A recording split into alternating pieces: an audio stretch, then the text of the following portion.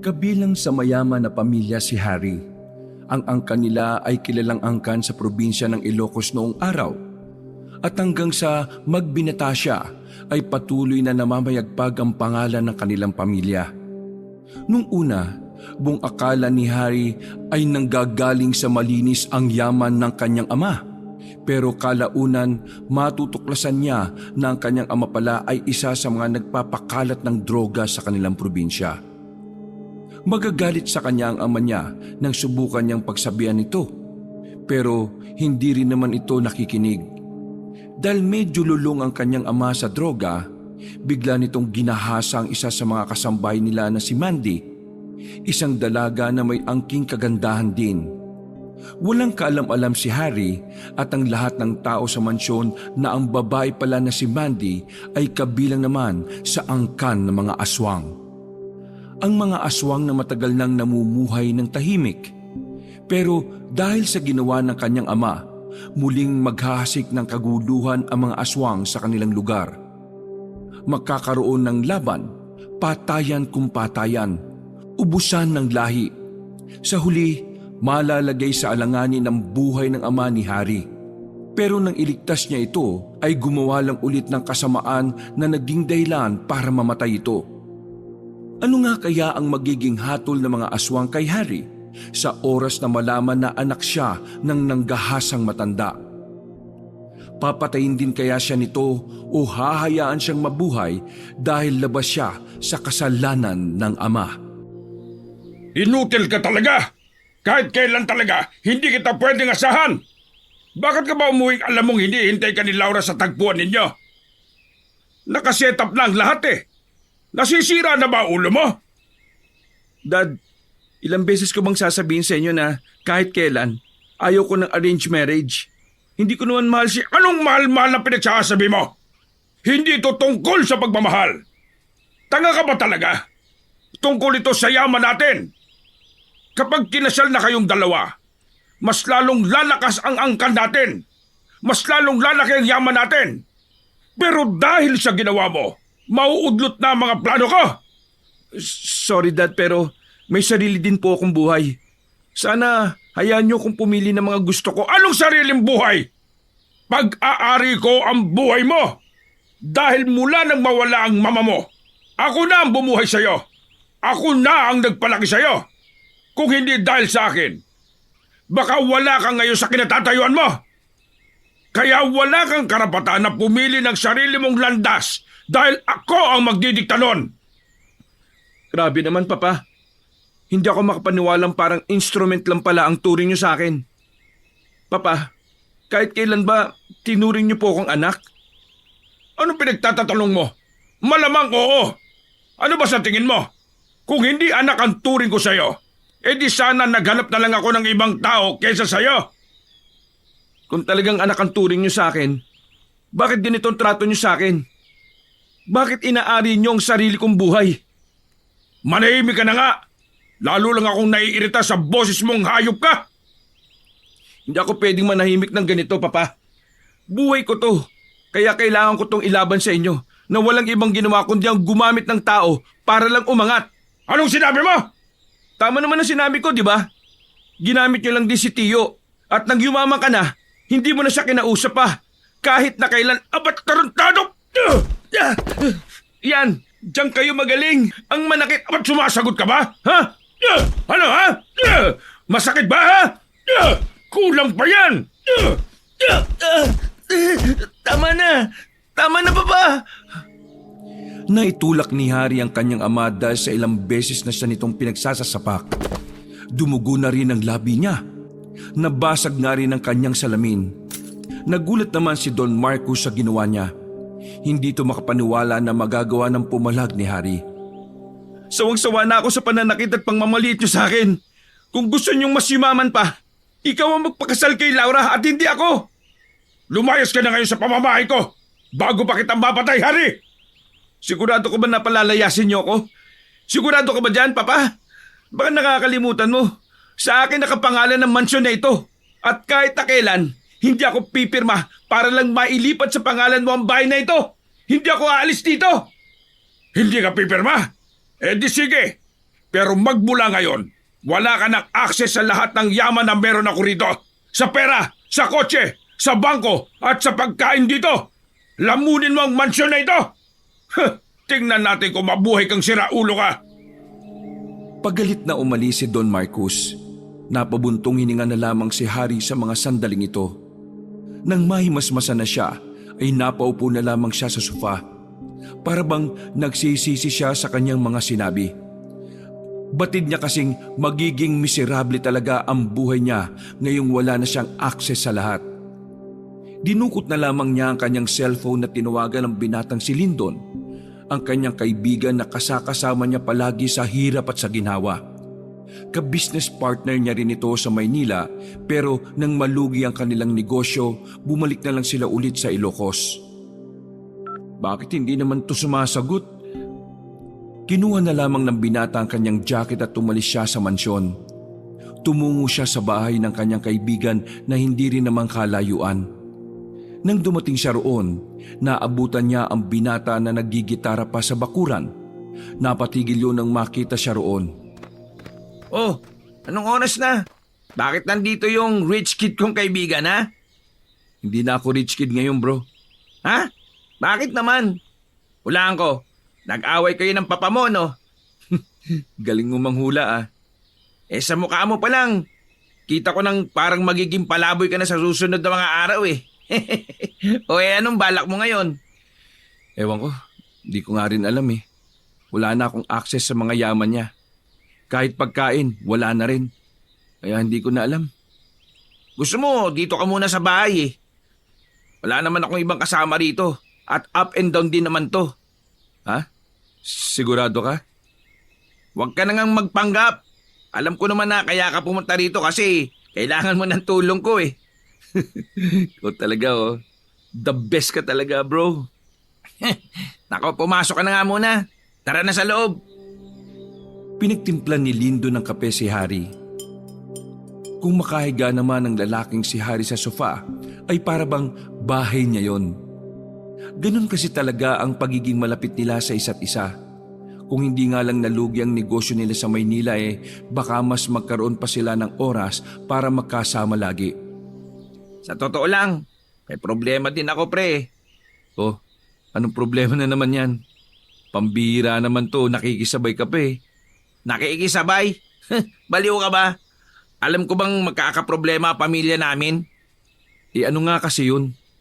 Naalala mo yung chewin ko sa Mindanao? Yung nag-sponsor sa akin para makipag-partnership sa'yo. Oo. Si Tio Hito. Lito, pre. Hindi Hito. Lito nga. Ano bang nangyari? Patay na si Tio, eh.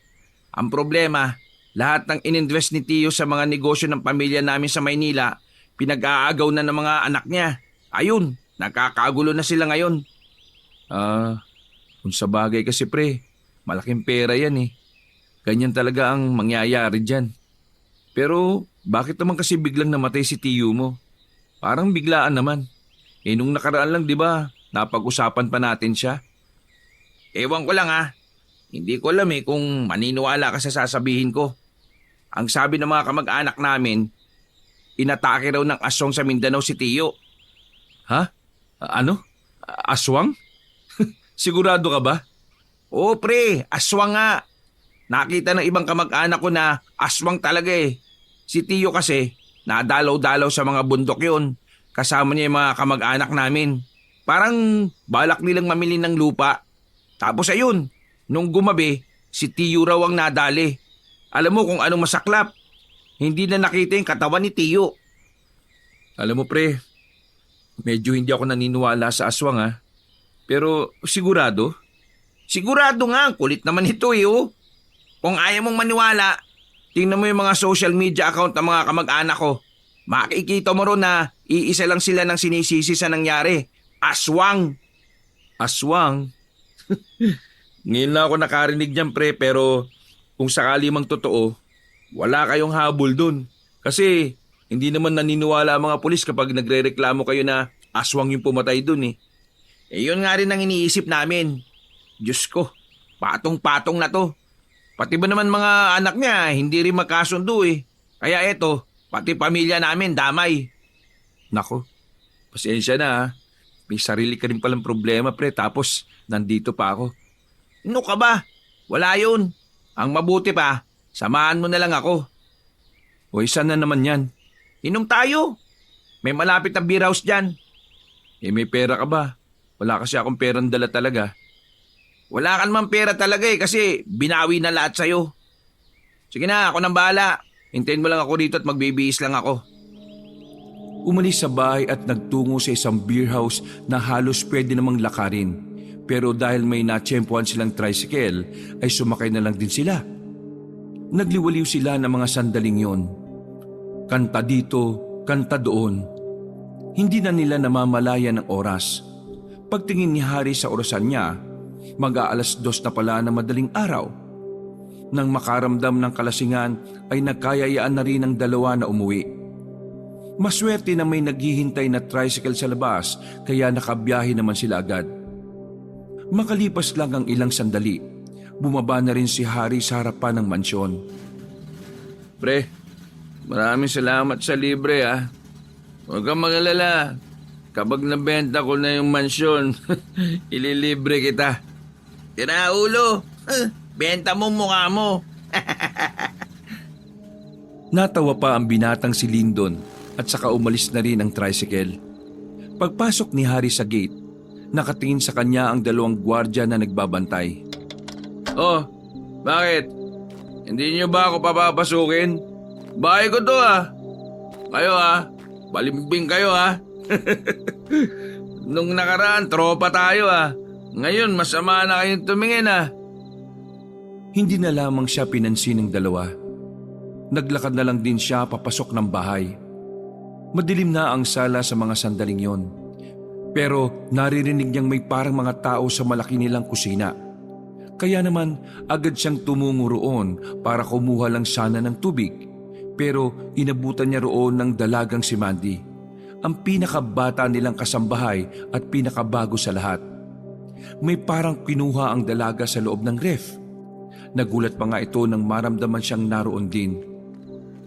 Uy, anong ginagawa mo dyan sa ganitong oras Ano po kasi inaayos ko po yung pagkakalagay ng mga karne.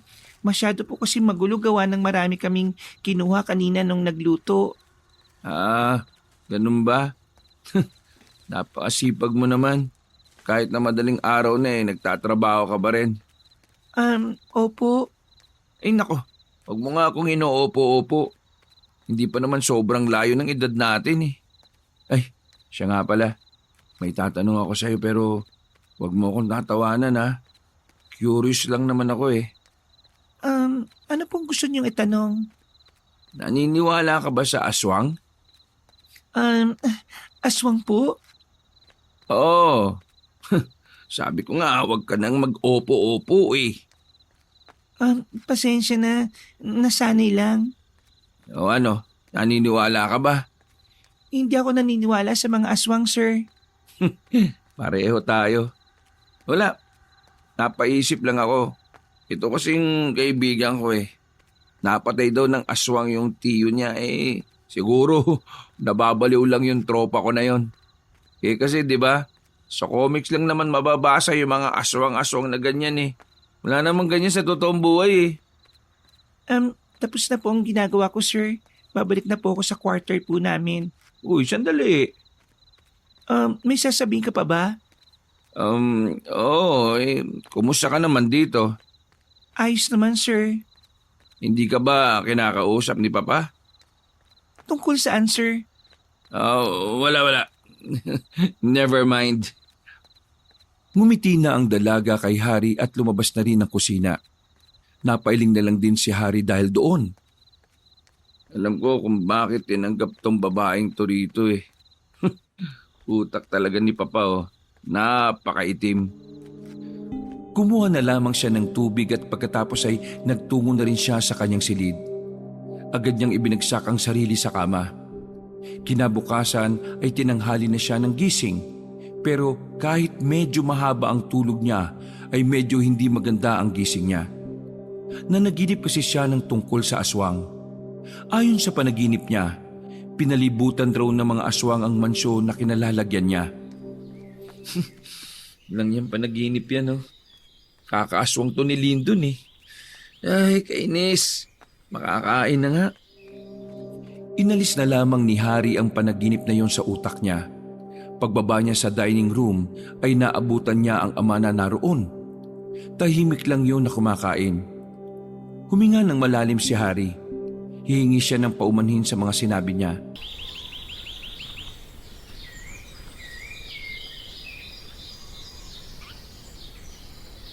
About kagabi. Gusto ko sanang mag-sorry. Nadala lang po ako ng emosyon ko. Tumigil sa pagmuya ang matanda. Tumingin yun sa kanya ng seryoso. Hindi ko gusto yung mga pinagsasasabi mo sa akin kagabi.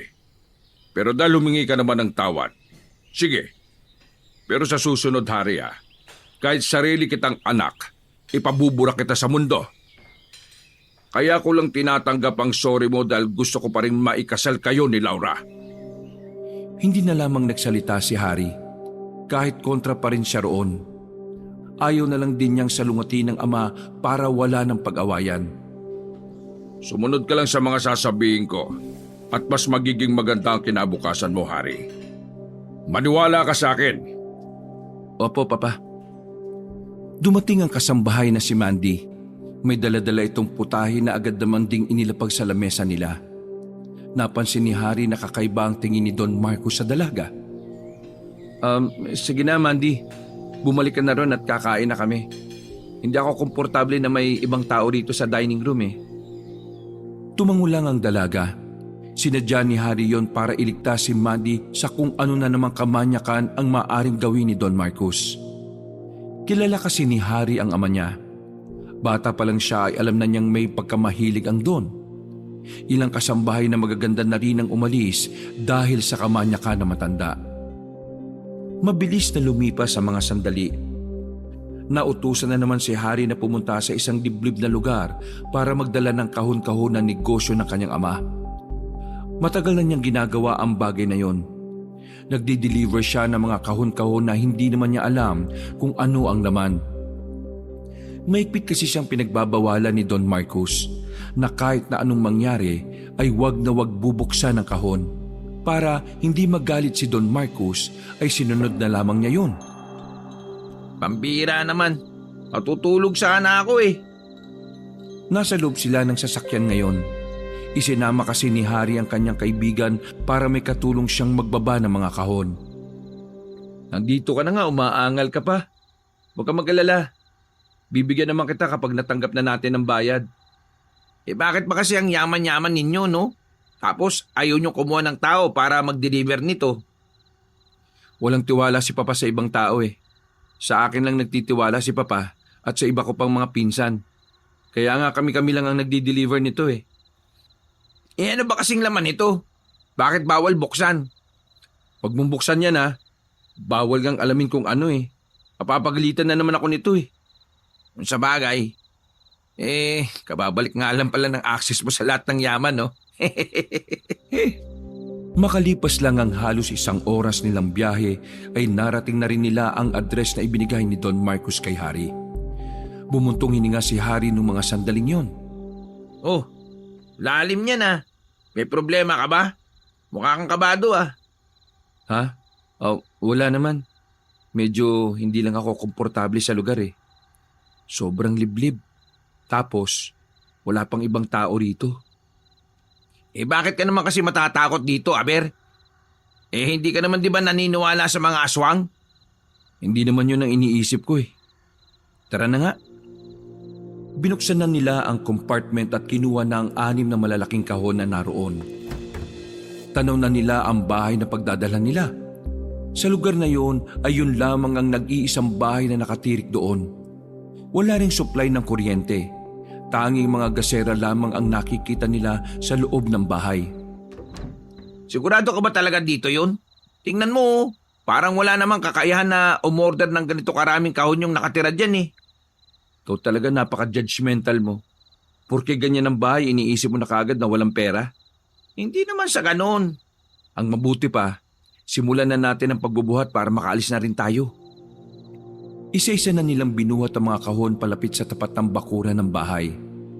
Maya-maya lang ay tinawag na rin nila ang lalaking nagngangalang Topper. Lumabas naman yun kaagad. Matangkad na lalaki, may kalakihan ng katawan at higit sa lahat, marami itong tattoo sa katawan. Unang tingin pa lang nila sa lalaki ay mukhang basagulero ito. Magandang gabi po sa inyo. Topper, ako po yung anak ni Don Marcos. Ako po yung nautusang magdala nito sa inyo. Tumingin lang sa kanila ang barumbadong lalaki. May kinuha itong sobre at saka inihagis lang sa harapan nila. Hindi yun nagustuhan ni Harry kaya si Lindo nang pinadampot niya. Maayos mo rin naman sanang binigay yung bayad. Masama ang tingin sa kanila ng lalaki. Mga ilang sandali lang ay may kinuha itong baril mula sa likuran. Hindi naman sila nito tinutukan, pero isang sinyalis na yon na hindi nila dapat banggain ang lalaki. Ay, wag na wag po ganyan, sir. Itong kaibigan ko kasi bugnutin eh. Pinagli kasi ito sa sama ng loob. Kaya pasensya na po sa kadaldalan niya. Ha? Natameme lang din si Harry sa mga pagkakataong yon. Natakot siya sa baril ng lalaki. Kung makikipagtalastasan pa siya, baka yun na rin ang huling sandali niya sa mundo. Nang makabalik na sila sa sasakyan, ay nakahinga sila ng maluwag. Ikaw kasi, papalag ka ba kung binaril ka nun? Sira ulo eh. Nakita mo naman di ba? Walang modo. Hayaan mo na sana. Itsura pa lang pumapatay na ng tao yun. Tapos maggaganong ka pa. Buti hindi ka binaril eh. Makalipas ang ilang araw, mas lalong dumami ang pera ng Don na si Marcos. Kapansin-pansin para kay Harry ang pagiging galante ng kanyang ama. Hindi naman kasi ito ganito noon. Napakakulipot nito sa lahat kahit na maraming pera. Sa isip-isip ng binata, baka hindi na normal ang pagiging marami ng yaman ng kanyang ama. Kaya ganun na lamang ito mamigay ng pera sa mga nasa mansyon. Kahit nga si Lindon ay naaambunan din. Grabe ang papa mo, no? May sakit ba tatay mo? Bakit parang ang bait-bait mamigay ngayon? Hindi ko alam dyan. First time niya itong ginawa eh. Baka mas lalo lang talaga lumago yung negosyo nyo. Masama kutob ko eh. Kaya ikaw huwag mong gastusin ang pera na yan. Ha? Bakit? Binigay sa akin to oh. Anong gusto mong gawin ko rito? Pumunta sa Maynila tapos i-display ko to sa National Museum? Dami mo naman sinasabi. Ang gusto ko lang ipunto, hindi mo naman alam kung saan ba talaga galing ang perang yan. Sinasabi mo bang may ginagawang iligal ang papa mo? Huwag ka nalang maingay. Pero oo, napapansin ko rin nung nakaraan na parang wala sa sarili si papa eh. Namumula ang mga mata, tapos parang hindi ko gaanong nakikitang natutulog. Napaayos ng upo si Lindon. Nasa loob sila ng bahay ng binata ngayon habang nagpapaantok. Gagi pre, nag-a-addict ba papa mo? Ayaw ko nga sanang isipin pero parang ganyan din ang hinala ko eh. Tingin mo kaya? Ano pa ba iba niyang ginagawa? Mga hindi niya ginagawa dati na ginagawa na niya ngayon. Kapag nakikita ko siya sa balkonahe, kung ano-ano lang ang kinakalikot eh. Yung relo niya, maayos naman, sinira niya. Tapos kanina, inaayos niya. Nakko, mga sinyalis nga yan pre. Ano sa tingin mo pwede kong gawin? Tiyempuan mo na lang na walang karga yung tatay mo. Kasi kung sabog yan, hindi kanya maintindihan kahit lumuha ka pa ng dugo. Napapiling na lamang si Harry. Problemado siya sa kanyang ama. Kahit kasi maayos naman ang takbo ng kanilang negosyo, hindi niya pa rin maiwasang mag-isip na baka isang araw malugi na lang sila bigla dahil laging wala sa wisyo si Don Marcos. Kinaumagahan, umuwi na siya ng mansyon. Sa pathway palang papasok, nakita na niya agad ang matanda sa balkonahe na meron na namang kinakalikot. Sumakto naman na nasa sala ang driver ni Don Marcos na si Omar. Halos kasing idara niya lang ito at bago pa lang din sa trabaho. Omar, halika nga rito. Bakit po, sir? Sumunod ka sa akin sa guest room Naunang naglakad si Harry at nagtataka namang sinundan siya ng lalaking si Omar. Pagpasok nila ay hindi na nagpaligoy-ligoy ang binata. Tinanong na niya agad ang driver. Nag-addict pa si Papa? Nagulat si Omar. Nanlalaki ang mga mata nito. Tila gusto nitong iwasan ang tanong na yon pero patuloy lang na nagsalita si Harry. Ikaw ang madalas nakasama ni Papa sa mga pinupuntahan niya. Kaya alam kong may napapansin ka rin sa kanya. Kasi sir, Sige na, magsalita ka na. Kailangan kong malaman ng totoo. Kapag hindi ka nagsabi at tinayaan lang natin si Papa sa ganon, baka kung anong kasamaan na lang ang magawa niya. Gusto mo ba yung ganon? Baka nga pati ikaw masaktan niya kapag nalulung na siya. Isang malalim na paghinga na lamang ang nagawa ni Omar habang nakayuko. Sa huli ay nakumbinsi rin ito ni Harry na magsalita. Kasi sir, nung nakaraan na nag-deliver kami ng kahon-kahon, mga parang adik pero mayayamang tao nakausap niya. Kita ko sa labas na nag-abutan sila ng pera tapos binuksan ng kahon at tinikman ng laman. Tingin ko sir, droga po ang binibenta ng papa niyo, kaya mas mabilis dumami pera niya. Nakita niyo po ba si Don Marcos ngayon? Hindi na naman po siya mapakali. Sinubukan ko po siyang kausapin kanina pero galit na galit lang siya sa akin . Napapalo ng mahina si Harry sa lamesa. Dismayado at kabado siya sa nakumpirma niya. Pwede mo ba akong tulungan? Tulungan po saan sir? Timbrihan mo lang ako kung kailan walang batak si Papa. Kailangan ko siyang makausap na matino . Naku, mas mainit po ang ulo niya kapag wala po siyang karga sir. Baka mamaya Wala akong pakialam. Basta sabihan mo ko.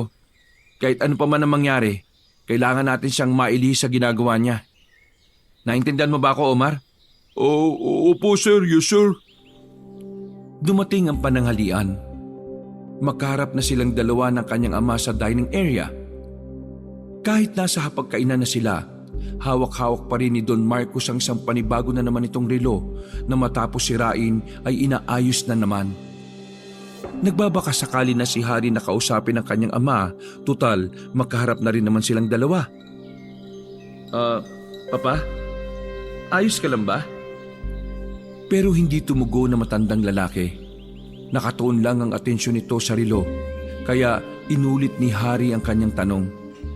Papa, ayos ka lang ba? Kanina ka pa dyan Nasa pagkainan tayo. Ano bang pakialam mong siraulo ka? Marunong ka bang mag-ayos nito? Hindi, di ba? Ako lang ang makakagawa nito. Kaya wala kang karapatan na husgahan ako. Ano ba pinagsasabi ninyo? Hindi naman kita inuhusgahan Gusto ko lang na kumain ka na. Kunwari ka ba? Iniisip mong hindi ako marunong nitong pag-ayos ng relo? Kaya tumatawa ka? Nakikita ko sa mga mata mo Gusto mo akong tawanan. Hindi ka pwedeng magkaila sa akin, Harry. Kilala kita. Papa, ano bang nangyayari sa inyo? Bakit ba kayo nagkakaganyan? Nanlilisik na ang mga mata ni Don Marcos. Tatayo na sana ito para lapitan ng anak, pero biglang pumasok ng dining room si Mandy, ang pinakamaganda nilang kasambahay. May dala-dala itong isa pang putahe. Nang makita ito na matanda, ay agad na nag-iba ang mood nito. Ngumiti si Don Marcos habang nakatingin kay Mandy. Maraming salamat, Mandy. Sige na, makakalabas ka na. Sandali! Nagtatakang humarap muli si Mandy. Pagtingin pa lang ng dalaga kay Don Marcos ay tila nakaramdam na agad ito ng kaba. Lumapit ka, Iha. Sinunod ng dalaga ang sinabi ni Don Marcos. Mga ilang sandali lang, naramdaman na lang ni Mandy ang paghawak ni Don Marcos sa kanyang bewang hanggang sa bumaba na yon sa kanyang puwitan. Kinabahan si Mandy. Ganon din naman si Harry na sa mga sandaling yon ay wala ring nagawa. Agad na rin kasing lumabas ng silid na yon ang dalaga, namumula sa takot. Pagkatapos nilang kumain, hinanap agad ni Harry ang dalaga. Buti na lang ay nakita niya itong mag-isa sa quarter ng mga kasambahay. Eto pera, umalis ka na rito. Kailangan pagbalik ko, wala ka na rito Naintindihan mo ba ako? Ano po bang nangyayari, sir? Tungkol po ba ito kay Don Marcos? Baka kung anong gawin niya sa iyo Bago pa mangyari yon, umalis ka na. Paano po ako aalis, sir? Hindi po ako makakalabas, may nagbabantay po . Napakamot na lang uli sa ulo si Harry. Batid niyang sobrang higpit ng mga gwardya pagdating sa mga kasambahay na gustong lumabas. O sige, dito ka na lang muna at wag kang lalabas ha. Kakausapin ko lang muna ang kaibigan ko. Iaalis ka namin dito. Tumango-tango lang ang babaeng si Mandy. Paglabas ni Harry ay agad niyang kinontak ang kanyang kaibigan na si Lindon. Pero sa kasamaang palad, hindi na naman ito sumasagot sa kanya. Kaya naman naisipan na lamang niya itong puntahan sa bahay. Gamit ang motorsiklo ay tinahak niya ang daan at ilang sandali lang ay nakarating na rin siya. Hoy! Lindon! Buksan mo to! Nakailang ulit siyang katok bago ito tuluyang nagbukas. Pipikit-pikit pa ang mga mata ni Lindon nang harapin siya nito.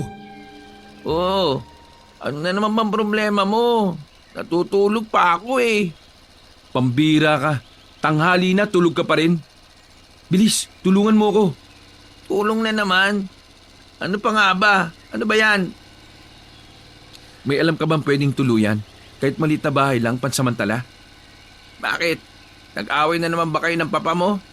Hindi. Para ito kay Mandy.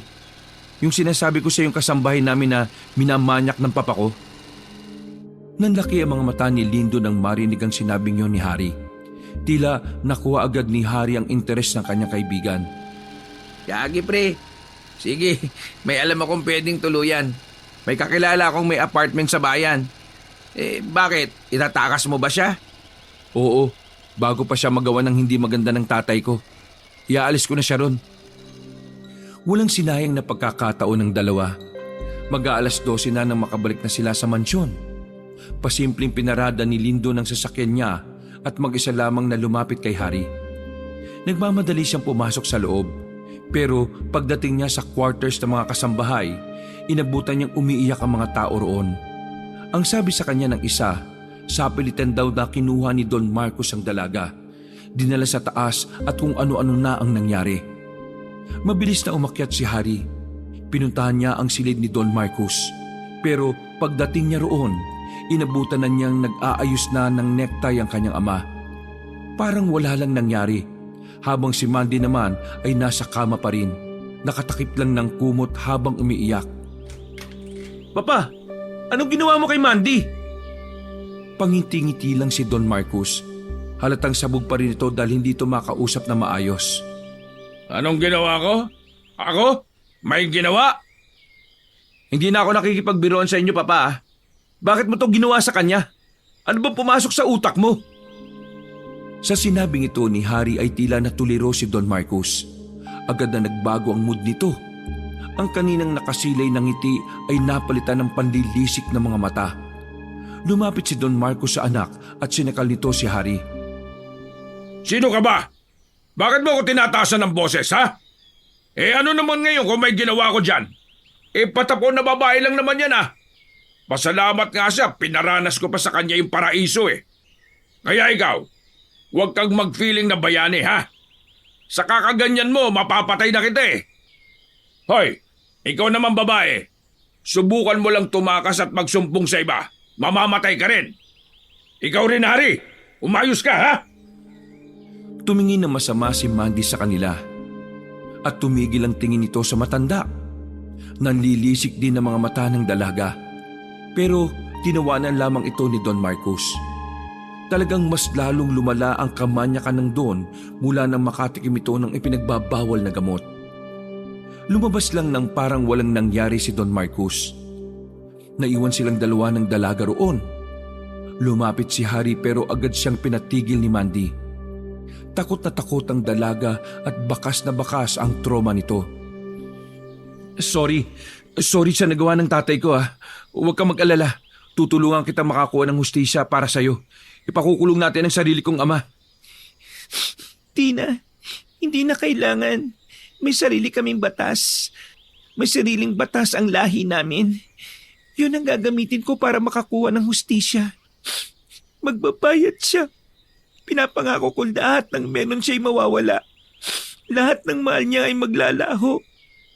Ubusan kong ubusan. Sa hindi mapaliwanag na dahilan ay nakaramdam ng kilabot si Harry sa sinabi ni Mandy. Hindi niya alam kung bakit parang may kakaiba kay Mandy. Tingin niya hindi to basta kasambahay lang.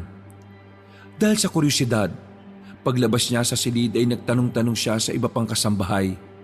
Nalaman niya na si Mandy pala ay tumakas lang sa kanyang pamilya. Dahil dito, naisip ni Harry na baka kagaya nila, mayaman din ang dalaga. Takte pre, hindi maganda yung ganyan. Paano kung miyembro pala ng mafia o may pagkayakusa sa Japan yung angkan nun? Eh di yari na. Naikwento na ni Harry ang mga nangyari. Gulat na gulat si Dindon. Kitang-kita rin sa mukha nito ang pagkabahala. Maging ito rin kasi ay hindi makapaniwala na aabot sa mataas na level ng kahayupan si Don Marcos. Ewan ko ba pre, basta kanina habang pinakikinggan ko si Mandy, nararamdaman ko talaga na may something sa kanya. Kinakabahan nga ako kasi baka mamaya tama ang mga sinasabi mo.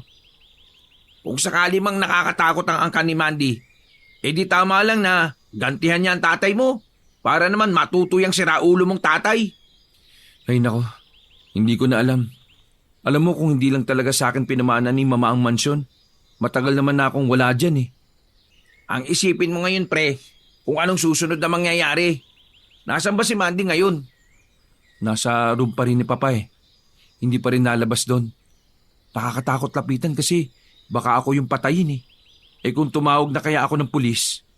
Mali ang gagawin mo pre, mapapahama ka lang. Alam mo naman na lahat ng pulis dito kilala ng papa mo. Mababayaran niya lang ang batas tapos ikaw, malilintikan ka. Eh ano naman ang magagawa ko para kay Mandy nito? Hayaan mo na lang si Mandy na gawin ng angkan niya ang batas na sinasabi niya. Makalipas ang mga sandali ay sumapit na rin ang kinagabihan. Wala pa rin ang kanyang ama. Kaya naman pinuntahan ni Lyndon si Mandy sa silid ng matanda. Pero pagpasok niya roon ay wala na ang babae. Nakabukas ang bintana pero hindi niya agad naisip na maaring doon dumaan si Mandy. Kaya tinungo niya ang mga kasambahay. Tinanong niya ang mga yon pero maging sila ay hindi alam kung saan lumabas ang babae. Nakaramdam na naman ng kaba ang binata dahil maging ang dalawang gwardya ay wala ring alam. Mabilis namang nakarating kay Don Marcos ang pagkawala ni Mandy. Pag uwi nito dakong 10:00 ng gabi, agad nitong pinagsasasapak si Harry. Walang iya ka talaga! Wala kang kwenta! Ayan! Sira ulo! Maubo-ubo si Harry sa ginawa ng kanyang ama. Napasiksik na nga rin siya sa halamanan habang sinasalo ang bawat sipa at suntok na matanda. Ano bang problema niyo? Sabuda naman ba kayo? Pinalis mo si Mandy! Siya na lang ang paraan ko para makasilip sa langit eh. Bakit mo ba pinalis? Hindi ko siya pinalis. Kusa siyang umalis dahil sa kahayupan ninyo. Nasagot ka pa talaga, sira ulo ka, ha? Sir, tama na po yan. Isa ka pa! Kayong lahat dito, wala kayong karapatan na suwayin ang utos ko. Kaya bakit yung pinalabas si Mandy? Bakit? Mga inutil talaga kayo! Inutil! Nang makaramdam ng pagod si Don Marcos ay tumigil na rin ito. Naglakad na ito papasok sa mansyon. Habang tinutulungan naman ni Omar si Harry na makatayo. Sobrang lala na talaga ang tatay ko. Adik na. Sir, alam niyo po bang nalulugi ng isa niyong negosyo sa Maynila? Ha? Ano? Narinig ko kanina, sir. Ibebenta na lang daw yun ni Don Marcos. Ito na nga ba sinasabi ko eh. Iiling-iling na lamang si Harry. Inaasahan naman na niyang darating ang araw na lulubog na rin ang ama niya. Pero hindi niya alam kung handa siya sa araw na yon. Dahil kahit siya, wala naman siyang sariling pag-aari na maituturing. Makalipas ang ilang araw, naging tahimik ang mansyon. Ilang araw kasing wala ang kanyang ama. Dahil na rin inaasikaso nito ang ilan pang negosyo na naghihingalo. Naging maayos naman ang lahat. Kahit papaano ay naaagapan ang pagbagsak ni Don Marcos. Pero siyempre, kailangan na naman nilang mag-adjust dahil bumababa talaga ang sales ng mga business nila. Sa ilang araw na wala si Mandy sa mansyon, napapansin ni Harry na hindi makatulog ang mga kasambahay. Tuwing babalik kasi siya na madaling araw sa mansyon, naririnig niyang gising pa ang mga kasambahay sa silid nila. Kaya isang beses, tinanong na niya ang isa sa mga kasambahay kung ano ang problema. At dito, nalaman nga niya na tuwing gabi pala, palagi na lang nilang naririnig na may kumakaluskos sa kung saan-saan. May mga kakaibang tunog din daw na nanggagaling sa paligid. Nung una, pinagpalagay ni Hari na baka mga pusa lang ang mga yon. Dumarami na rin kasi ang mga pusa sa kanila dahil nanganak pa ang isang babaeng pusa nito nung nakaraan. Hindi niya binigyang pansin yon at pinagsabihang matulog ng maaga ang mga kasambahay. Ano? Wala pang update kay Papa? Nasa loob ng iisang sasakyan si Hari at Omar. Sinadya talaga ni Hari na kausapin si Omar para lang malaman kung tumino na ba talaga ang ama niya o hindi. Tingin ko, hindi naman siya nagbabago, sir eh. Parang sabog pa rin siya eh. Ha? Nung nakaraan nakausap ko naman siya na maayos. Ang sabi pa nga niya sa akin, gusto niyang makausap si Mandy. Gusto niyang humingi ng sorry at babayaran niya raw yung pamilya niya para hindi na magkaso. Talaga, sir? Nakapag-isip na siya na matino? Kasi nitong nakaraan lang habang nasa biyahe kami, narinig kong may kausap siya sa cellphone niya. Nagpapahanap siya ng albularyo kasi may gumugulo daw kasi sa panaginip niya. Inaaswang daw siya sa panaginip. Nagsalubong ang kilay ni Hari. Kahit na alam niyang noon pa man ay naniniwala ng ama niya sa mga aswang at iba pang nilalang. Hindi niya kailanman naisip na lalapit ang kanyang ama sa isang albularyo dahil lang sa panaginip. Ha? Sigurado ka? Yes, sir. Narinig ko pa nga na mamayang gabi ang dating ng albularyo sa mansyon eh. Aswang na naman? Bakit, sir? May alam po ba kayo sa mga aswang?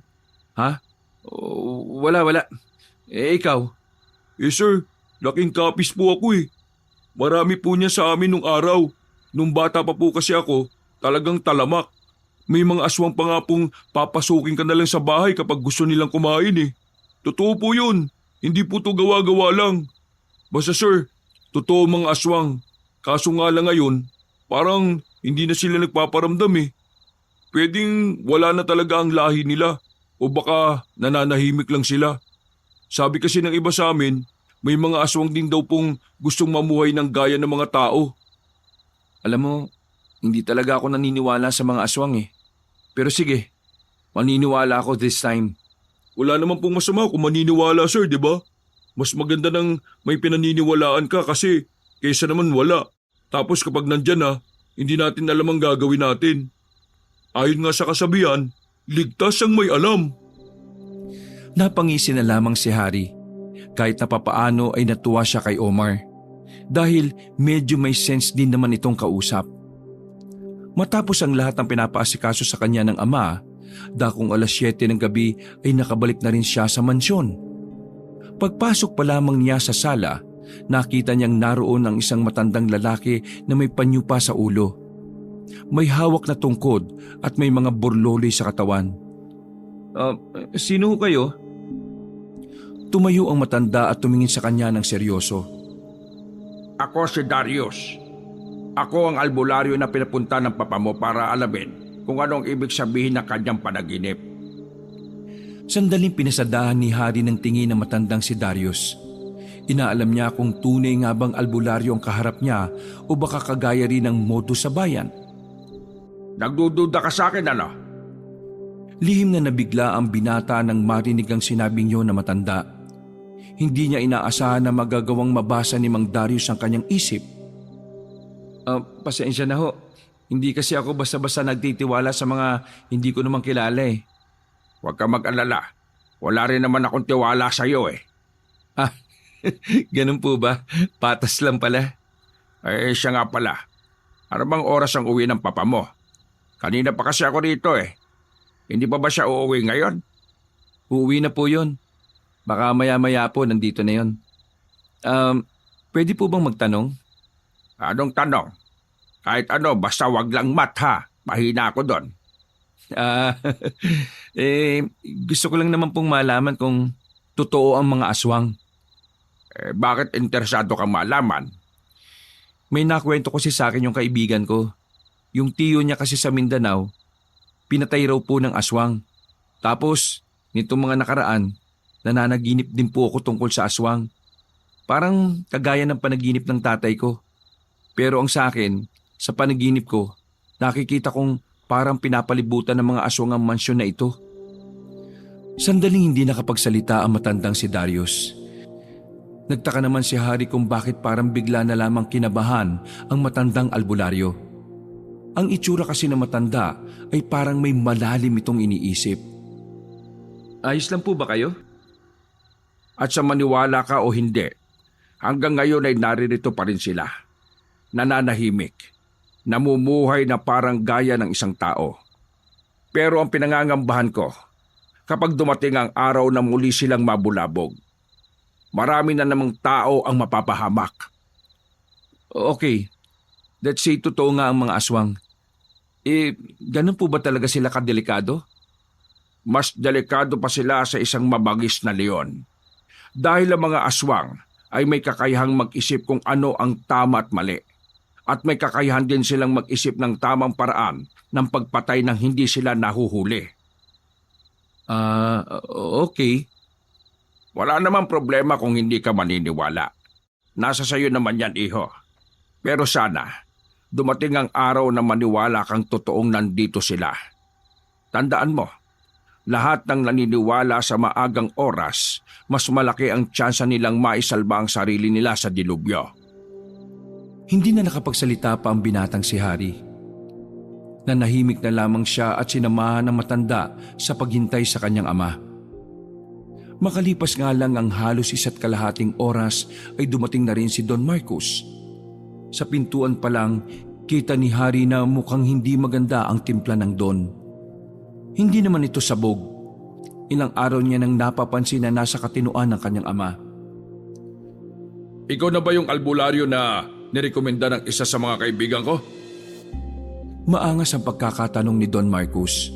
Pero nanatili namang kalmado matandang si Darius.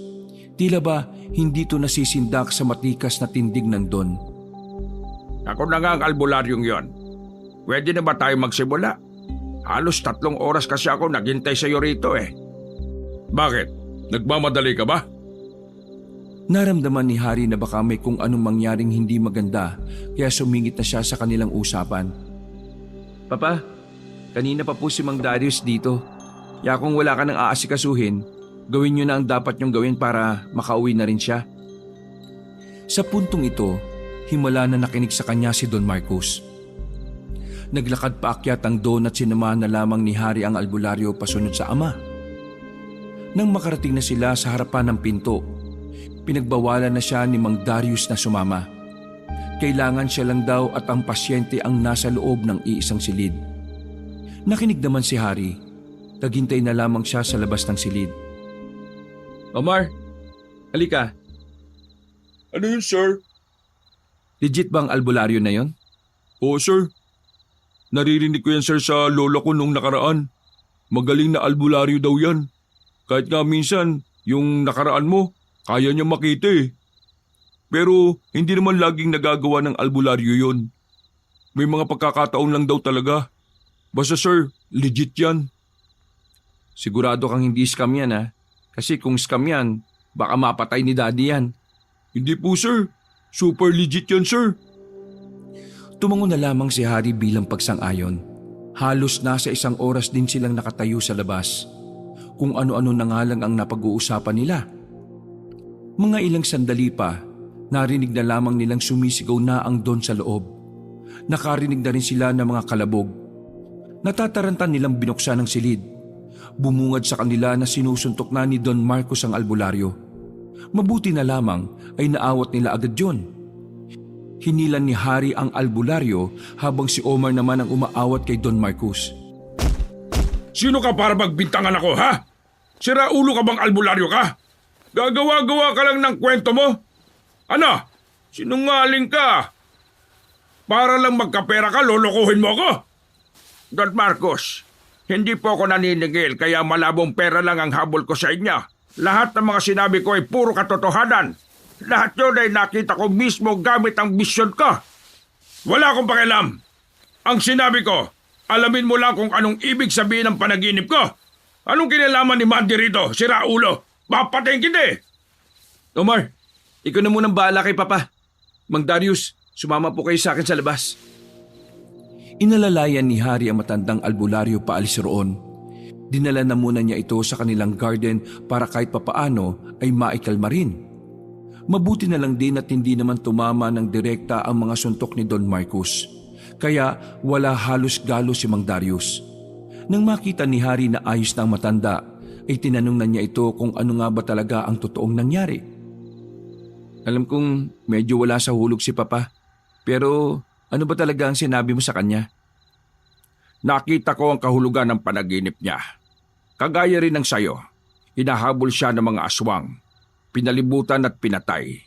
Ang ibig sabihin nun, meron siyang kasalanan sa mga aswang. Kasalanan?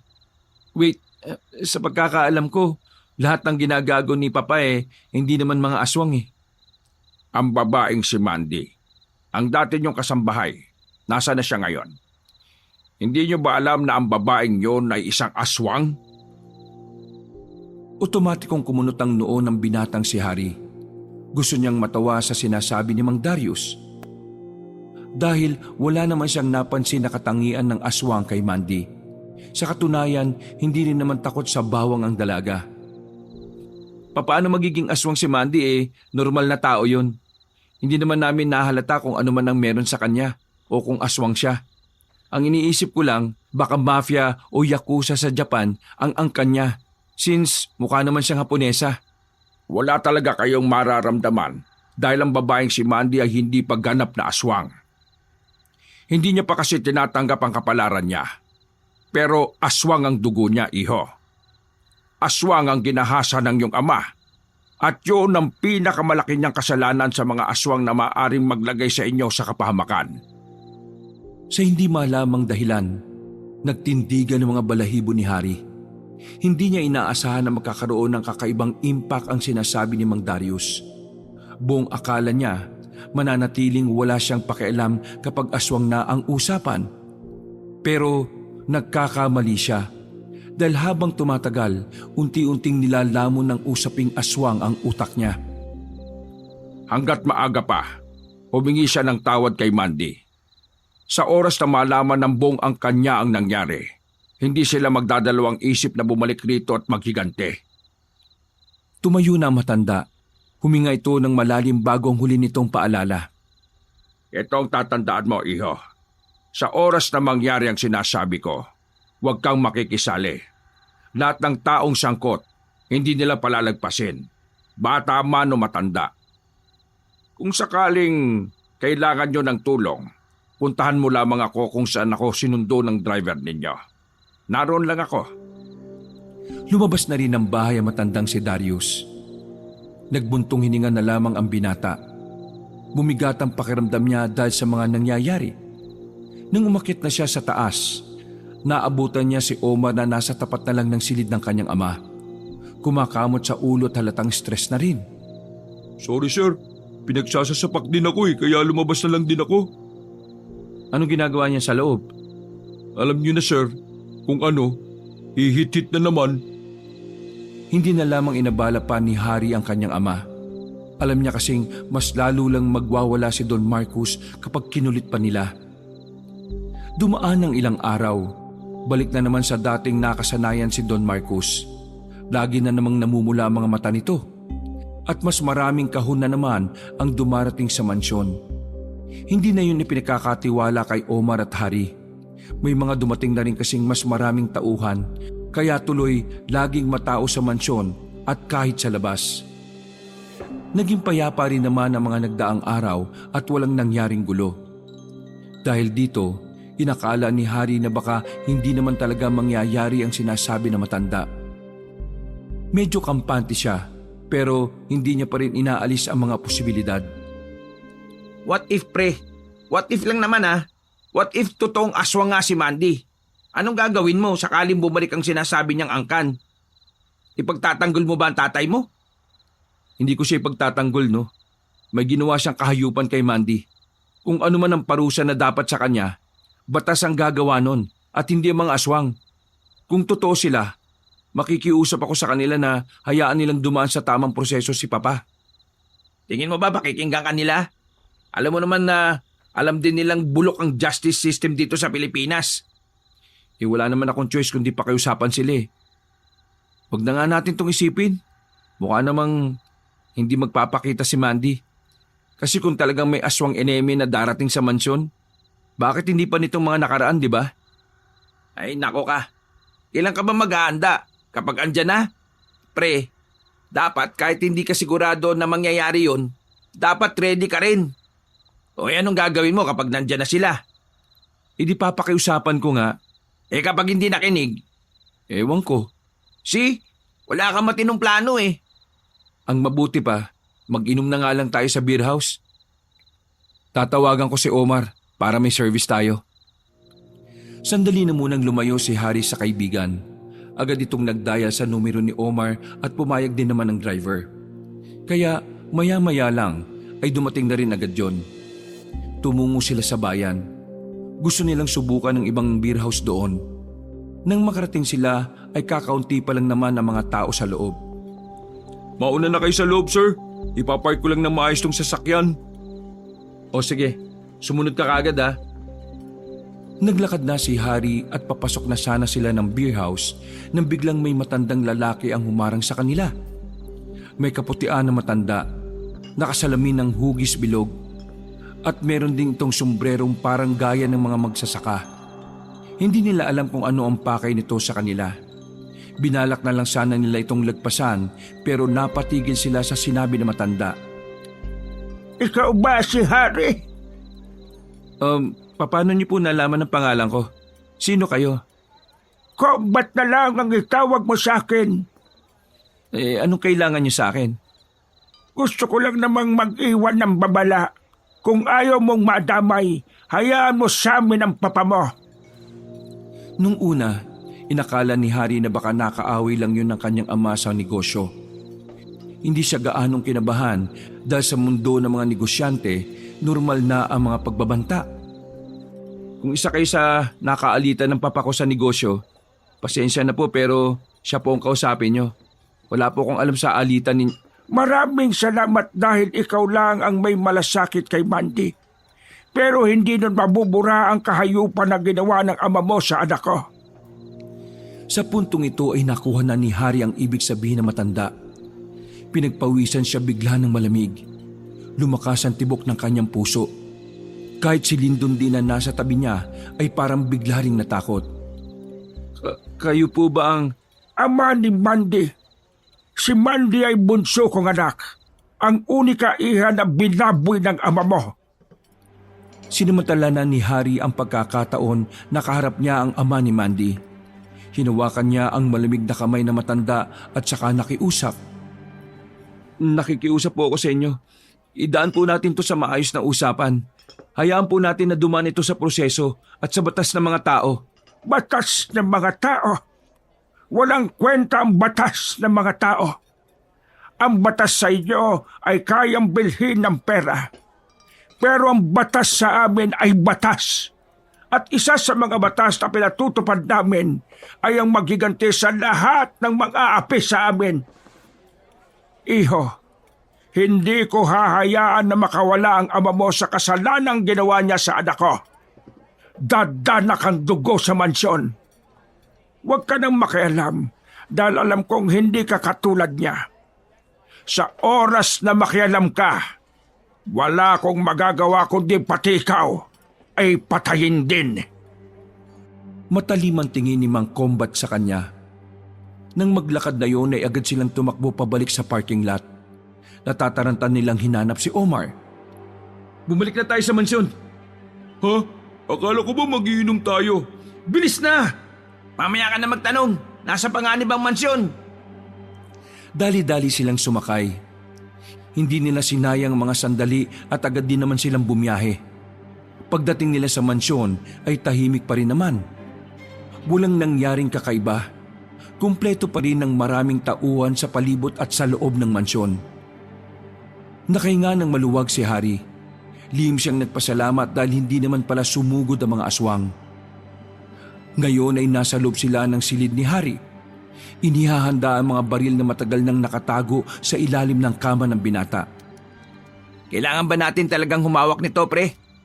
Bakit? Hindi ka ba marunong nito? Marunong siyempre. Ang inaano ko lang, di ba ang sabi sa atin na matanda huwag tayo makikialam, lalo ka na. Hindi pwedeng wala tayong gagawin. Ilalagay nila sa kamay nila ang batas. Kahit na sabihin mong may kasalanan si Papa, hindi sila dapat na humatol sa kanya. Hindi mo kasi naiintindihan eh. Wala na nga silang pakialam sa batas na sinasabi mo kasi may sarili silang batas. Mga aswang yun, pre. Mga aswang. Nakukuha kong punto mo, Sir Lyndon. Pero paano mga taong madadamay? Madadamay lang naman sila kapag nakialam sila kagaya natin. Hindi. Hindi ko hahayaang ilagay nila sa kamay nila ang batas. Bakit ba kasi ayaw mo nalang mamatay ang tatay mo? Di ba, wala rin naman siyang pakialam sa'yo. Napakasama rin ang ugali niya Wala na siyang karapatang mabuhay pa sa mundong ito. Ilalagay mo lang sa kapahamakan ng buhay mo para sa isang walang kwentang tao. Tama na! Napatameme si Lyndon nang sumigaw na ang binata. Nanlalaki ang mga mata nitong nakatingin kay Harry. Pumagitna na sa kanila si Omar para awatin na silang dalawa. Huwag na huwag kayo magtatalo kapag may hawak kayong mga baril. Kung ayaw mong madamay, wala naman akong problema doon Umuwi ka na sa inyo at kami na lang ni Omar dito. Tingin mo talaga hayaan kita mapahamak dito? Kaya ako nga sinusubukan baguhin ang isip mo kasi ayaw kita mapahamak Pre, ayos lang ako. Kahit na puro kasamaan ang ginagawa sa iyo ng tatay mo, mahal mo pa rin siya.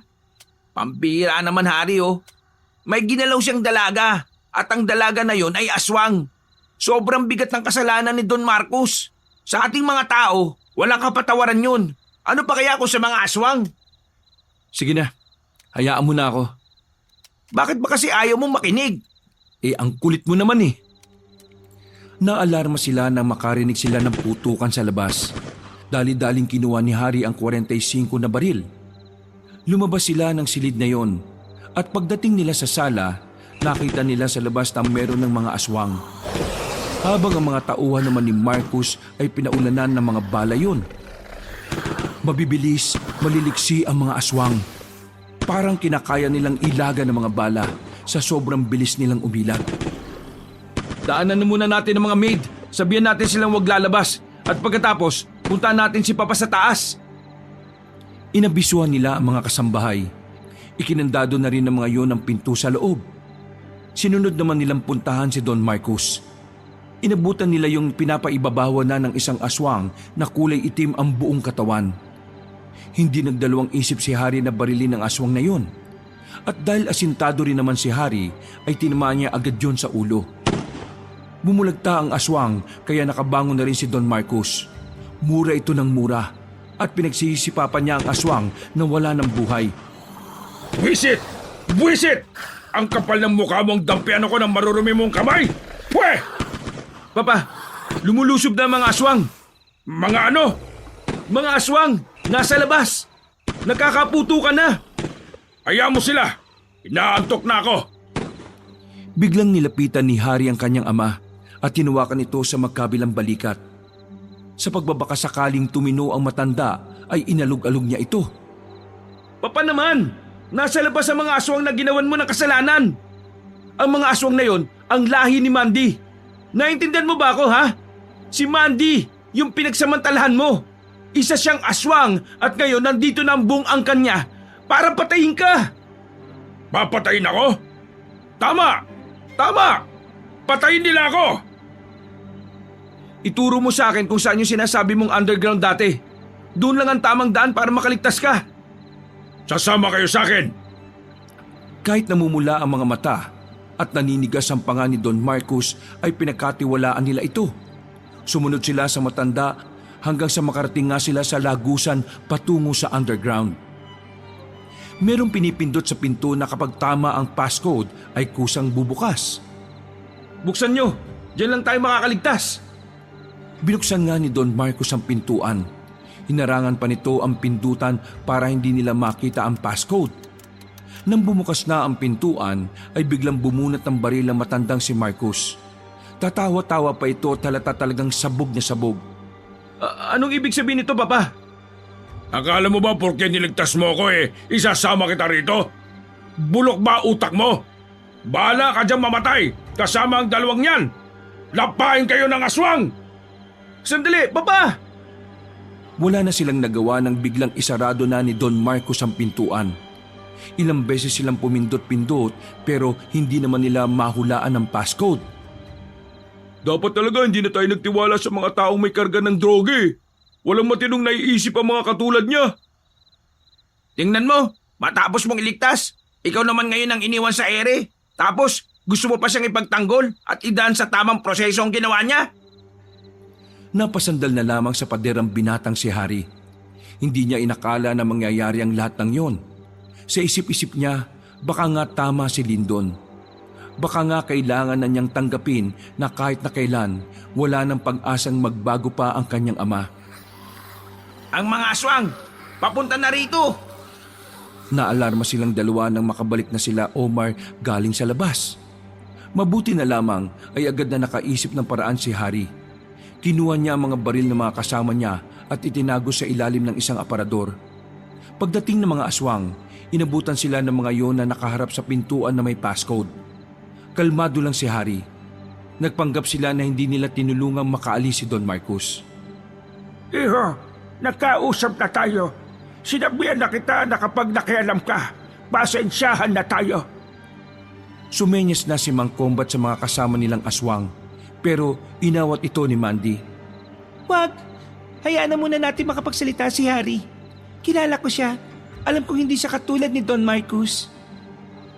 Napailing na lamang ang matandang si Combat. Pinuntahan namin kanina si Papa sa kwarto niya. Nakapatay siya ng isang aswang. Sinubukan namin siyang kausapin ng maayos para humingi ng tawad sa inyo. Kaso, tinutukan niya kami ng baril. Sinundan namin siya hanggang dito, pero wala na kaming nagawa. Pumasok na siya dyan.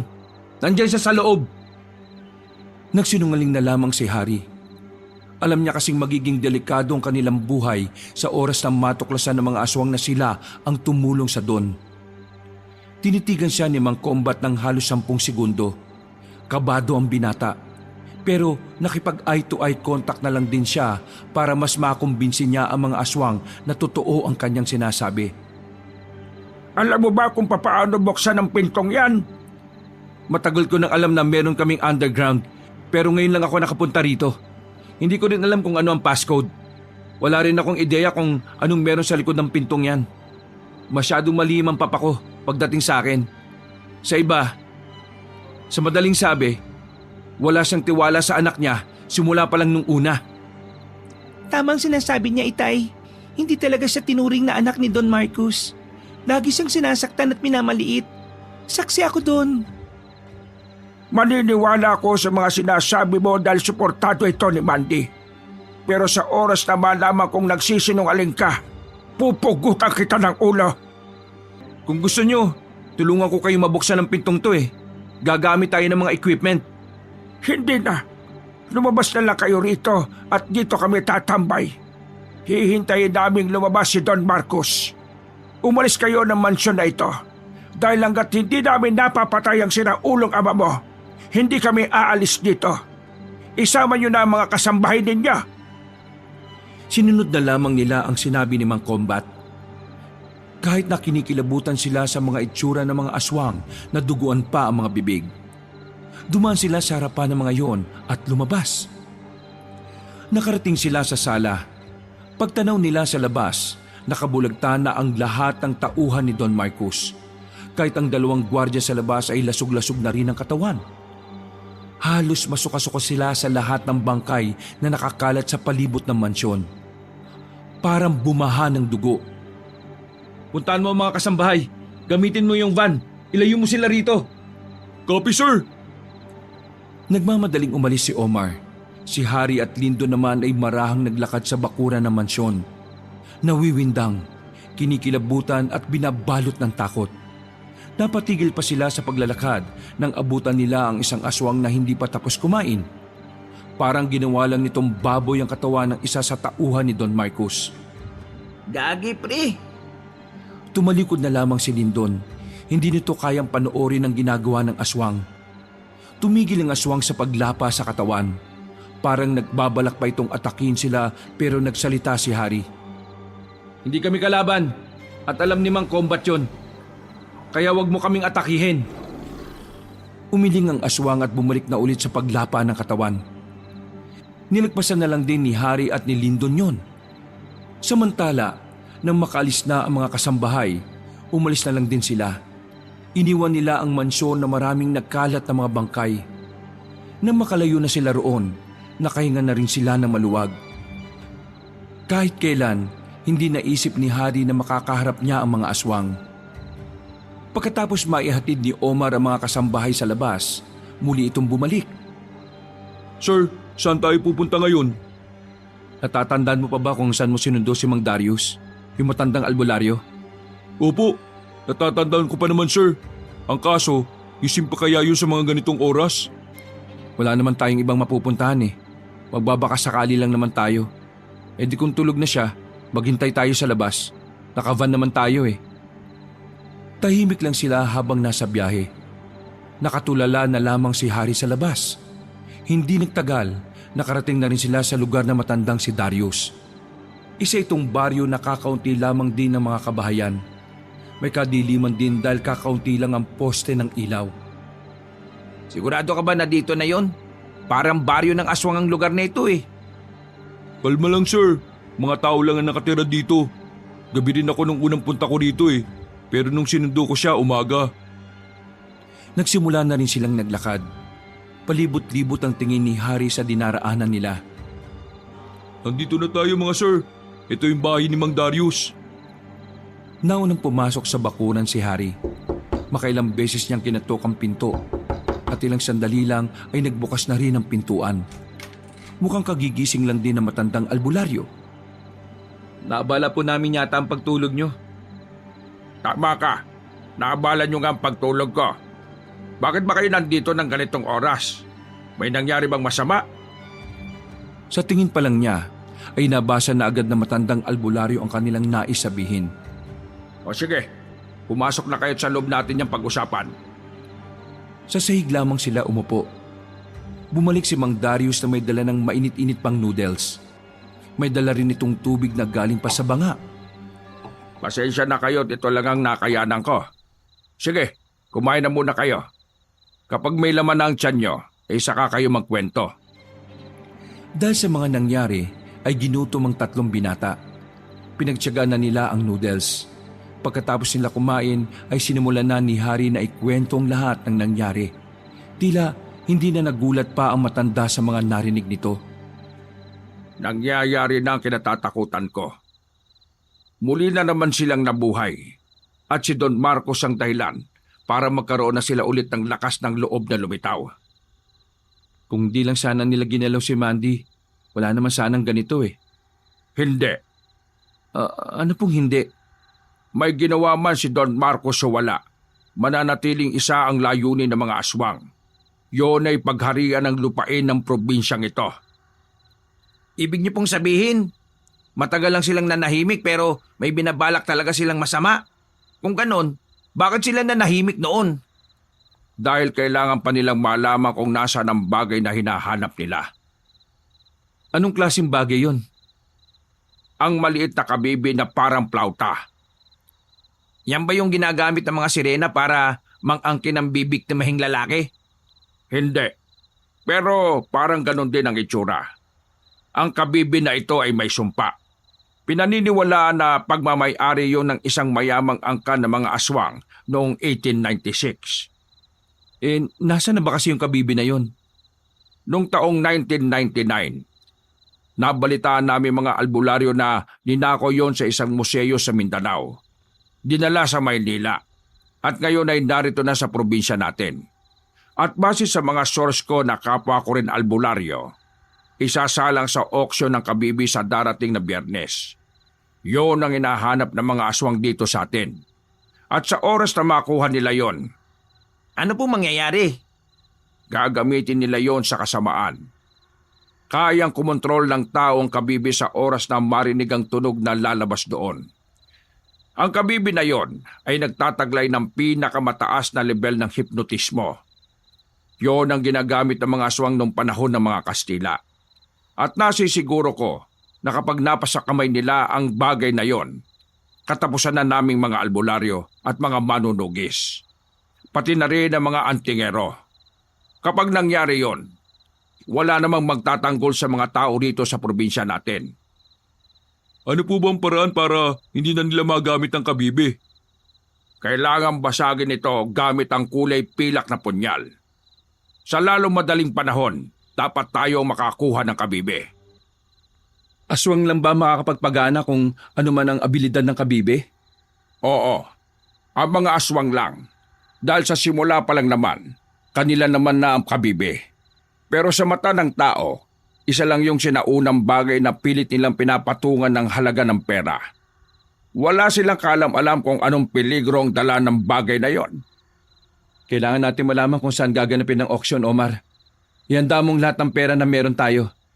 Kung kinakailangan na nakawin natin ang pera ni Papa, gawin natin yun. Paano ko gagawin yun, sir? Driver niya lang ako. Di naman ako abogado niya. Ay, oo nga pala.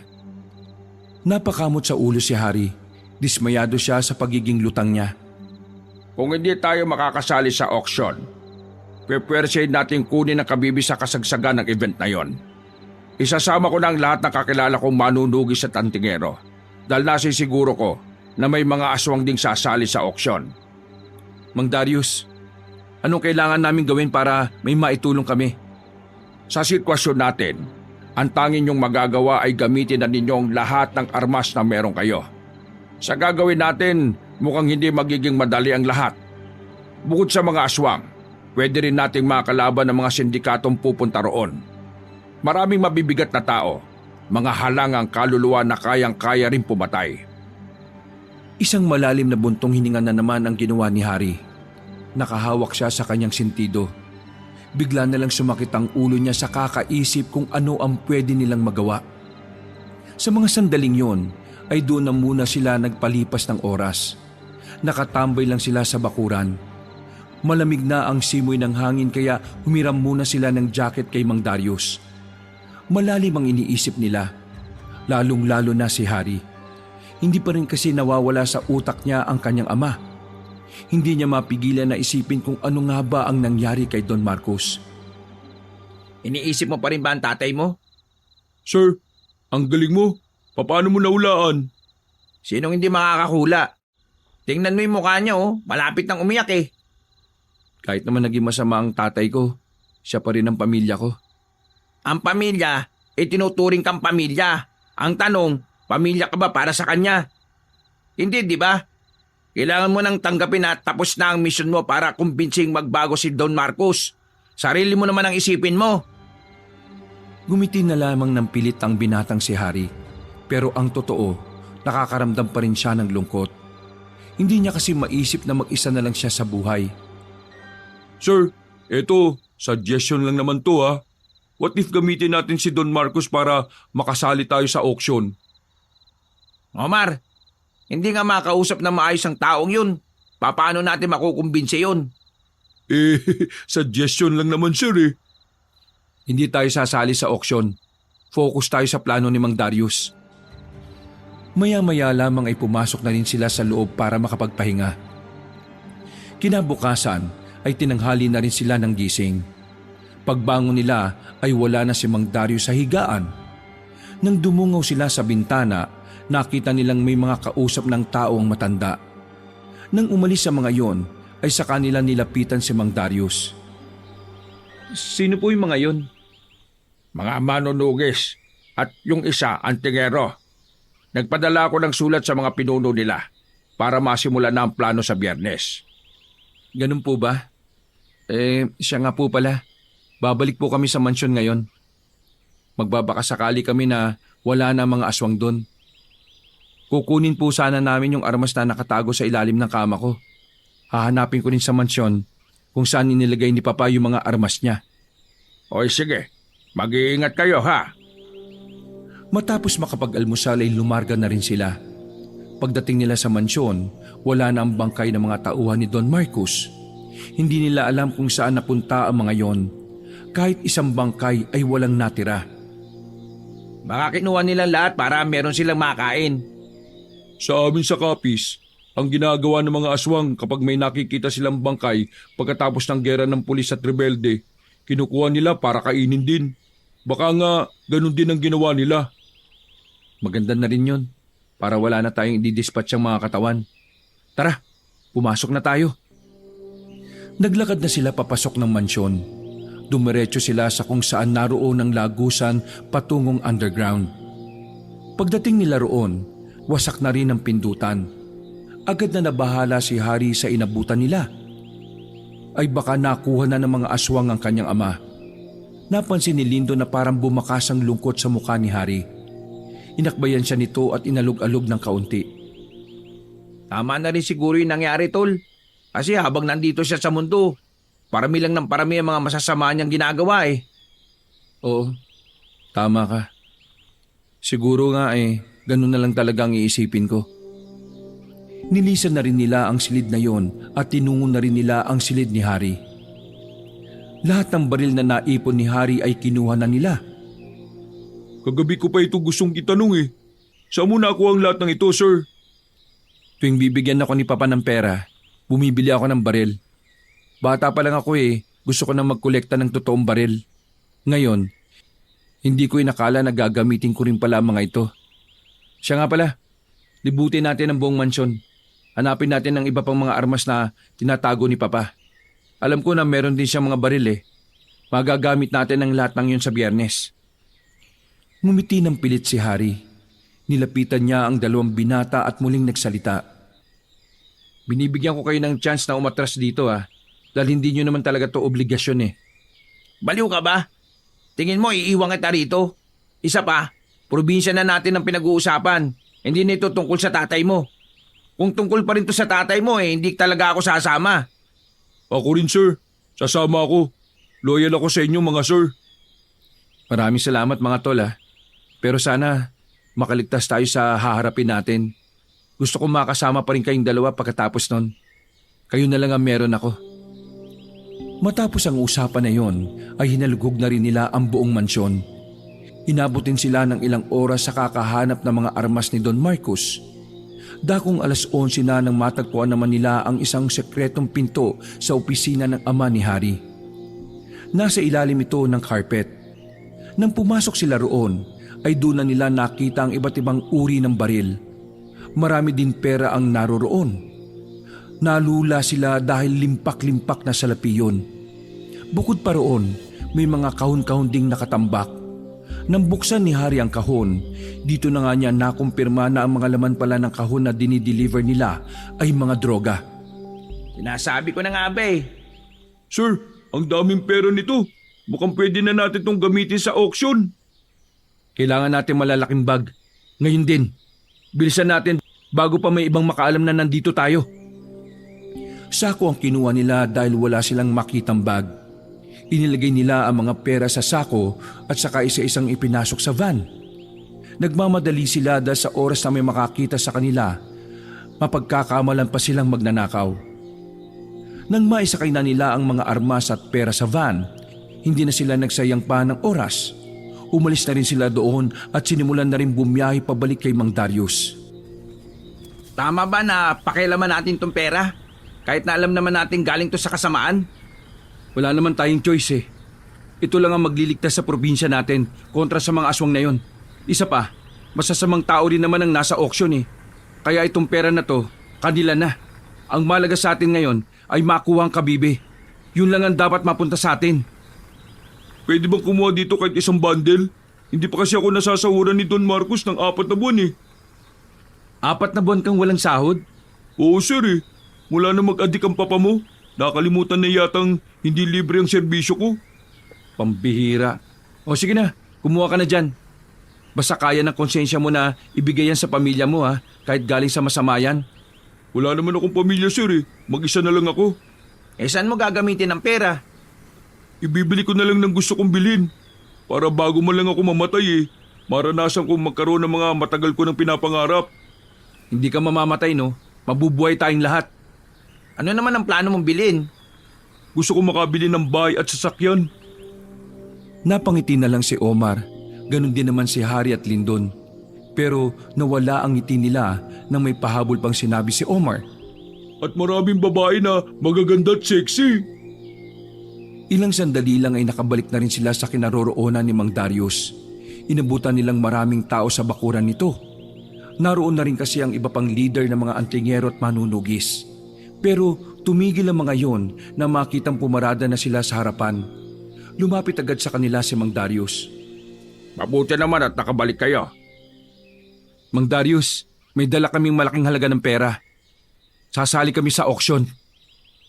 Delikado, sigurado ka ba? Opo, buo na po ang loob ko. Kung yun lang ang paraan para mailigtas natin tong probinsya na to, gagawin ko, Mang Darius.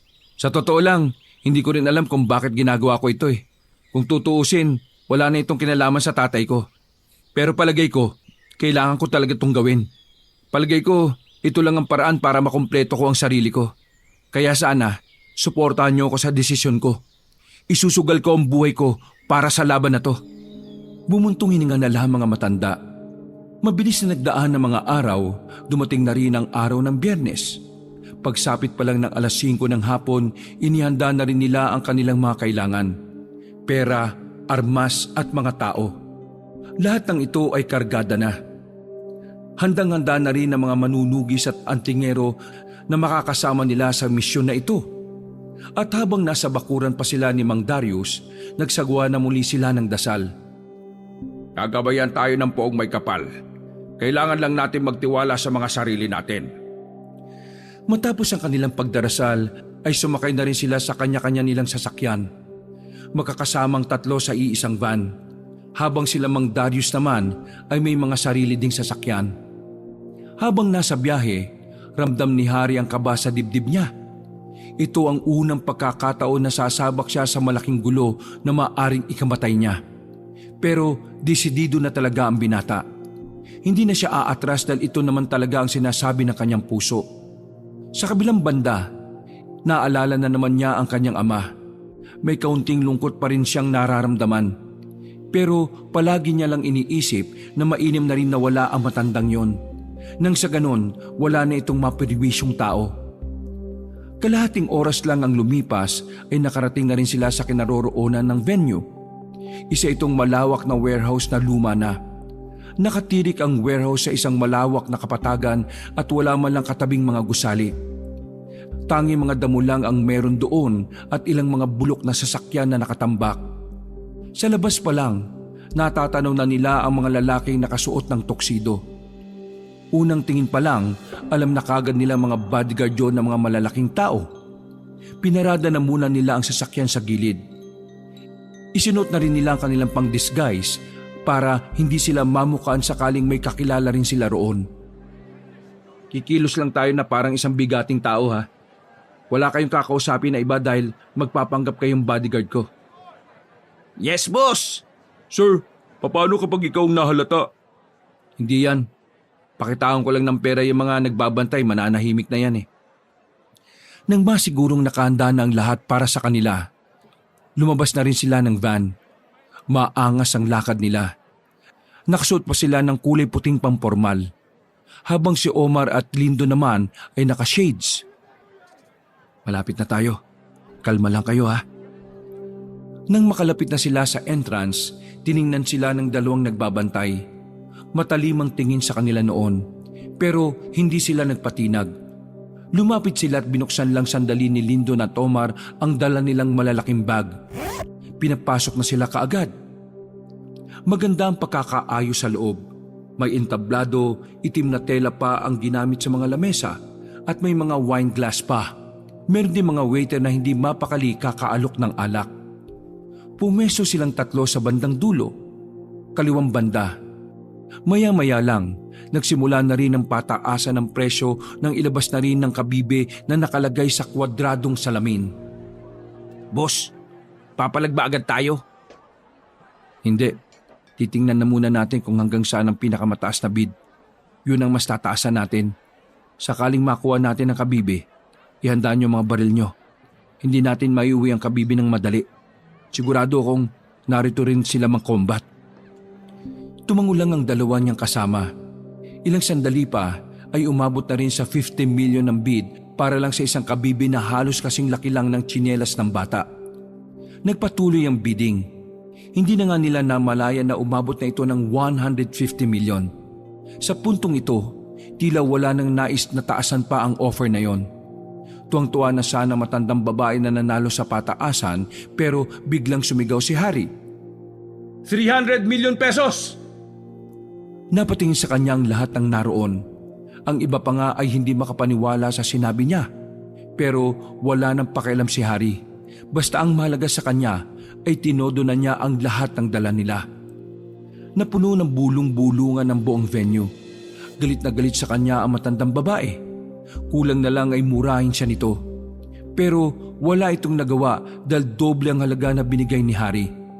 Lumapit sa kanya ang host ng event at ibibigay na sana ang kabibe nang bigla namang may sumigaw pang isa. Hindi napansin ni Harry na nasa harapan lang pala nila ang taong yun. Madilim kasi sa venue. 400 million pesos! Mas lalong nabaliw ang mga tao sa loob. Gulong-gulo na rin ang iba kung bakit umabot na sa ganung kalaking halaga ang bidding. Humarap si Don Marcos kay Harry. Sabog pa rin ito pero nakilala siya ng ama. Tingin mo sa akin, patay na? Masamang damo ko, Harry. Isa pa, hindi ako tanga para mapatay ng walang kwentang aswang na yon. Bakit ka nandito? Anong kailangan mo sa kabibe? Bukod sa ginalaw ko si Mandy, alam mo ba ang isa pang dahilan kung bakit nila ako gustong patayin? Gusto nilang makuha ang pera ko para makasali rito. Kaso, nabuhay ako. Ang talino ko talaga. Akalain mo yon? Itong kabibi na pinagtatalunan dito, ito rin pala ang kailangan ng mga lintik na aswang. Alam mo ba kung bakit gusto kong makuha ang kabibi? Kasi may nakausap na ako sa Amerika. Bibilhin niya to ng 3 bilyon sa akin. Narinig ng lahat ng taong naroon ang sinabi ni Don Marcos. Mas lalong lumakas ang bulungan nila at binalot na ng kanya-kanyang opinyon ang sinabi ng Don. Mga ilang sandali lang binigay na rin ng host ang kabibe. Iniabot naman ng mga tauhan ni Don Marcos ang 4 na bag sa host. Kahit kailan talaga, wala ka ng ibang inisip kundi ang pera. Hari naman, hinayaan na nga kitang galawin ang pera ko. Huhusgahan mo na naman ako. Kung barilin kita ngayon. Dumukot ang baril si Don Marcos. Agad din namang dumukot ang baril si Lyndon at Omar. Tinutukan naman sila ng mga bata ng Don. Sana, napatay ka na lang ng mga aswang kung hindi ka rin naman magbabago. Lulong ka na, Papa. Wala ka ng puwang sa mundong ito. Ikaw ang walang puwang sa mundong ito dahil wala ka namang ambag sa lipunan. Kailangan mong ibigay sa akin ang kabibe, Papa. Diyan nakasalalay ang buhay ng maraming tao sa probinsyang ito. Ikaw yata ang sabog eh. Anong dito nakasalalay? Anong gagawin ng mga tao rito sa kabibe na ito? Kakainin? Ang tigas-tigas nito? Nagtawanan ng mga tao at habang nagdadaldalan sila, hindi nila namalayan na ang mga aswang ay nakapasok na rin pala. Ang iba ay nagpanggap ding kasali sa auksyon. Hindi mo naiintindihan, Papa. Kapag nakuha ng mga aswang ang kabibi na yan, kaya nilang kontrolin ng mga tao kapag pinatunog na nila yan. Kaya nakikiusap ako sa'yo. Ibigay mo na yan sa akin. Kasi kung hindi, ayoko nga. Kaya manigas ka. Naglakad na paalis si Don Marcos na dala ang kabibe. Nakatutok pa rin ang mga baril ng mga tauhan nito kina Harry. Nang malapit na sila sa entrance, bigla na lang isang lalaki ang tumayo at lumapit kay Don Marcos. Sinaksak nito ang Don. Pero pinagbababaril naman ang lalaki ng mga kasama ni Don Marcos. Hindi naman maluba ang tinamong sugat ni Don Marcos dahil sa braso lang naman ito tinamaan. Pero ang pangyayaring yon ay tila naging mitya ng gulo sa loob ng venue. Lahat ay dinaan na sa dahas ang pagnanasa na makuha ang kabibe. Meron ng barilan hanggang sa nabitiwan na rin ang kabibe at nasipa-sipa na. Nasaan na yung kabibe? Sir, nakita ko. Naroon. Nasa ika-6 na lamesa mula rito. Sa ilalim.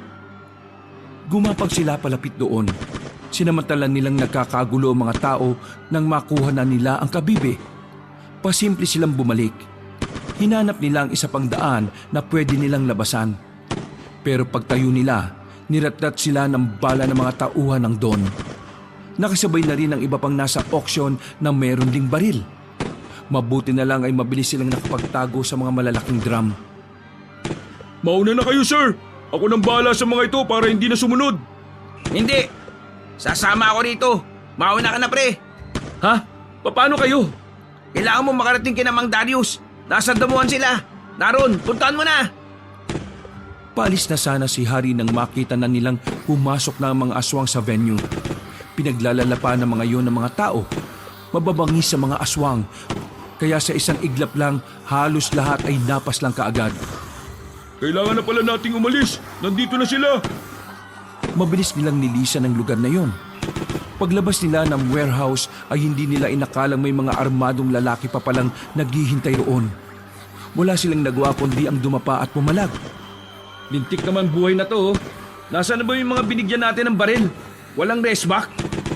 Wala naman tayong napag-usapan na kailangan nilang bumakap sa atin eh. Ang napag-usapan, kapag nakarating tayo sa kanila tayo i-assist. Wala ba silang common sense na nagkakagulo na rito? Mga sir, wala na tayong oras para magtalo. Papalapit na sila. Tapos may mga aswang pa sa loob ng warehouse. Doon tayo dumaan. Mas malapit doon para makarating tayo sa van. Mabilis silang gumapang patungo sa mga sasakyan na nakatambak. Nang subukan nilang tumayo, tinamaan si Omar sa balikat. Dahil sa sugat nito, mas lalo tuloy nilang naakit ang mga aswang. Bilis! Huwag niyo ko intindihin! Tumakbo sila ng mabilis hanggang sa marating na nga nila ang van. Pagpasok nila sa loob ay agad nilang pinaandar ang sasakyan. Kita pa nilang lumapit pa ang mga armadong lalaki sa kanila. Pinagbababaril sila kaya nagkanda basag-basag ang mga salamin. Natigil ang mga yun nang biglang dumating na naman ang mga aswang. Sinamantala nila ang pagkakataon para makaalis. Ang kaso nga lang, biglang pumutok ang gulong nilang nasa harapan. Yung pala, binaril na rin ng mga aswang ang gulong nila para hindi sila makaalis. Lumabas sila ng sasakyan at balak na lang sanang tumakbo papunta sa damuhan. Pero biglang lumitaw ang mga aswang sa paligid. Bakit ba kasi hindi nalang sumama si Mang Darius eh? Para nabasag na niya tong kabibi kagad. Hindi ka ba nakikinig? Hindi siya pwedeng sumama dahil mas magiging agresibo ang mga aswang sa auction. Huwag na tayo magtalo, sir. Napapalibutan na nga tayo eh. Wala mo na magpapaputok. Magkakadikit lamang silang tatlo habang nasa harapan nila ang mga aswang. Naglalaway ang mga yon. Gigil na gigil sa kanila. Ilang sandali lang din ay dumating na rin ang mag-amang Combat at Mandy. Sir Harry, bakit mo to ginagawa? Akala ko ba hindi ka katulad ng ama mo? Anong ibig sabihin nito? Ang ginagawa ko hindi na tungkol sa tatay ko. Tungkol na ito sa kapakanan ng buong probinsya. Mandy, niloko mo rin ako eh. Matagal nyo na palang binabalak na makuha ang kabibe para kontrolin ang lahat ng tao rito. Masama rin ang hangarin ninyo. Kaya hindi ko hahayaan na magtagumpay kayo sa masama nyong binabalak. Wala kang alam kung ano ang pinagdaraanan naming makuha lamang ang bagay na yan. Kung gusto mong mabuhay, ibigay mo sa amin ang kabibi na yan. Kung mabubuhay man ako na kayo ang kumukontrol sa sarili kong katawan, mas pipiliin ko pang mamatay ngayon. Kaya pasensya ka na, Mang Combat. Pero magkakamatayan tayo ngayong gabi. Kung yan ang gusto mong mangyari, wala na akong magagawa. Isasama na kita sa mga dapat pabura. Hindi dapat ako nagtiwala sa iyo, Sir Harry. Masama ka rin palang tao. Hindi mo maintindihan ang ginagawa ko kasi kahit kailan, hindi mo naranasan maging tao, Mandy.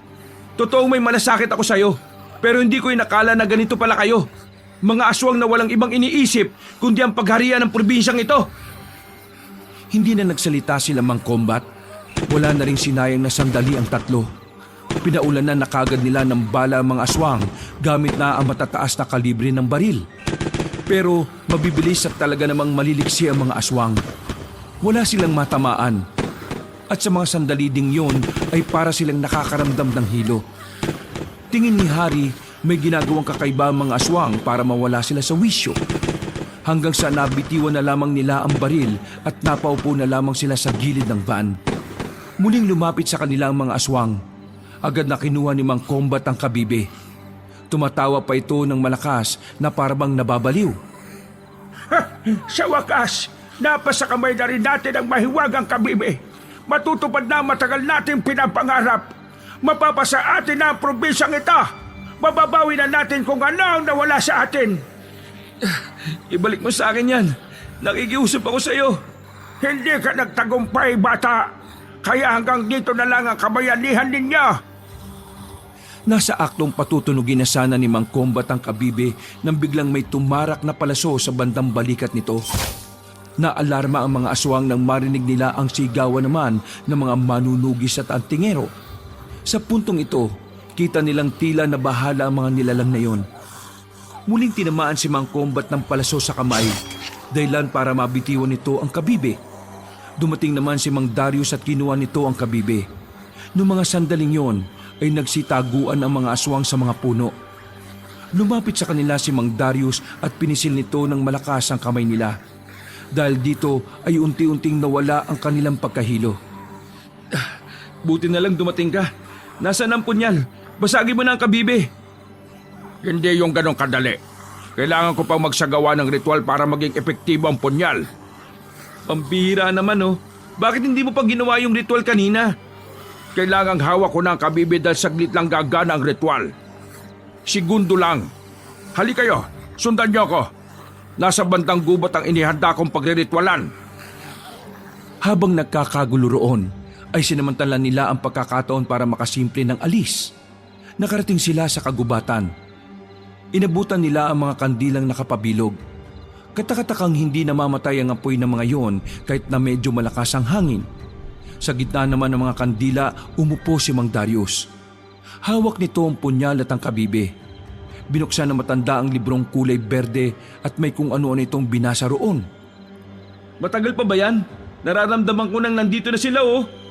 Huwag mong kausapin si Mang Darius. Mawawala siya sa focus. Mga ilang sandali lamang, naramdaman na rin nila na may mga aswang nang nakasunod sa kanila. Naririnig na nila ang mga angil. At kalaunan nga, lumabas na rin mula sa dilim ang mag-amang Mandy at Kombat. Masyado niyo akong pinahihirapan. Inuubos niyo na ang pasensya ko.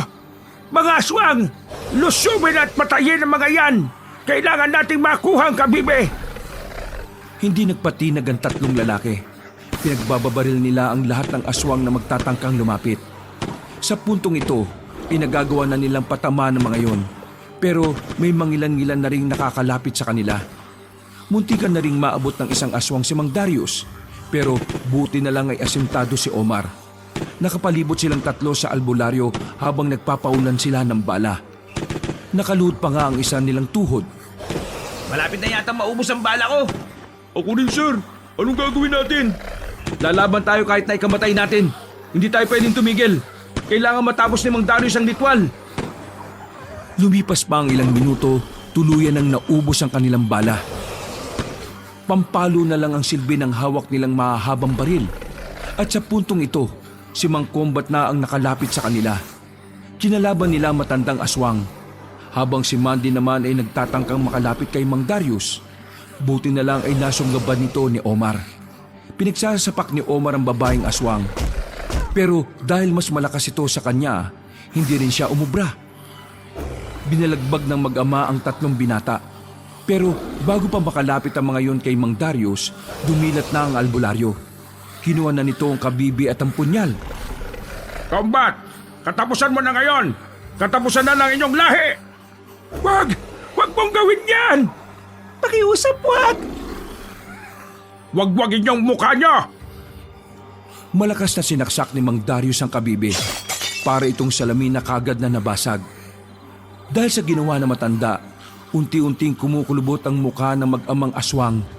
Hanggang sa maya-maya lang ay tuluyan na nga silang nanigas at bumagsak sa damuhan. Natalo na natin ang mga aswang. Ligtas na ang probinsya natin. Bumuntong hininga na lamang si Hari. Hapong-hapo na sila. Noong mga sandaling yon, inakala nila na tapos na ang gulo. Pero laking gulat na lamang ni Hari nang biglang lumitaw si Don Marcos sa gilid. May hawak na itong itak. Akmang tatagay na nito si Hari pero nakailag ang binata kahit sugatan. Walang hiya kang tao ka. Bilyon na sana ang pera ko ngayon. Pero dahil sa iyo, naging bato pa. Papatayin kita! Tinagataga nito si Hari. Ilang beses namang umilag ang binata pero sa huli, nadapa na rin ito. Akmang tutuluyan na siya ng kanyang ama nang biglang pinukol ni Mang Darius ang punyal. Tumama ang patalim sa dibdib ni Don Marcos na naging dahilan para bumagsak ito. Walang iya ka. Kinasusok lamang kitang tao ka, Hari.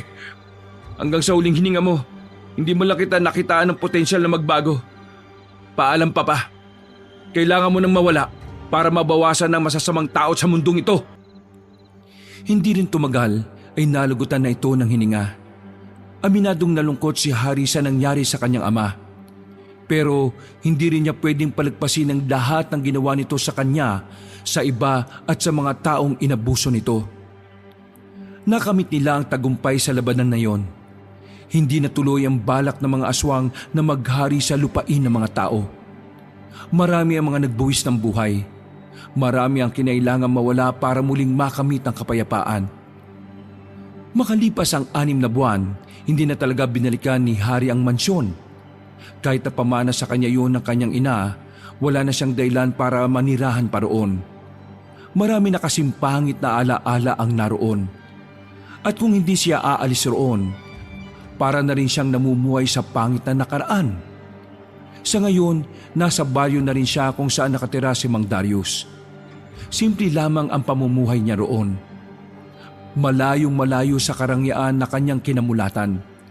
Pero kahit na ganoon, masaya siya dahil dito na niya natagpuan ang tunay na kapayapaan. Anong oras mapupunta si Lindon at Omar? Para naman makapagsimula na rin ako magluto rito. Ang sabi kasi nila tutulungan nila ako magluto ng sisig para maaga tayo makapag-inom mamaya. Papunta na po yun. Ito talaga si Mang Darius Inom na Nauna namang tumakas kapag lasing na. Nagtawanan na lamang silang dalawa. Sa ilang buwan na nilang makakasama, para na rin si Darius ang tinuturing niyang pangalawang ama at sa kanyang bagong pamilya na tinuturing. Masaya siyang hinaharap ang bawat umaga na wala nang iniisip pang problema. Wakas,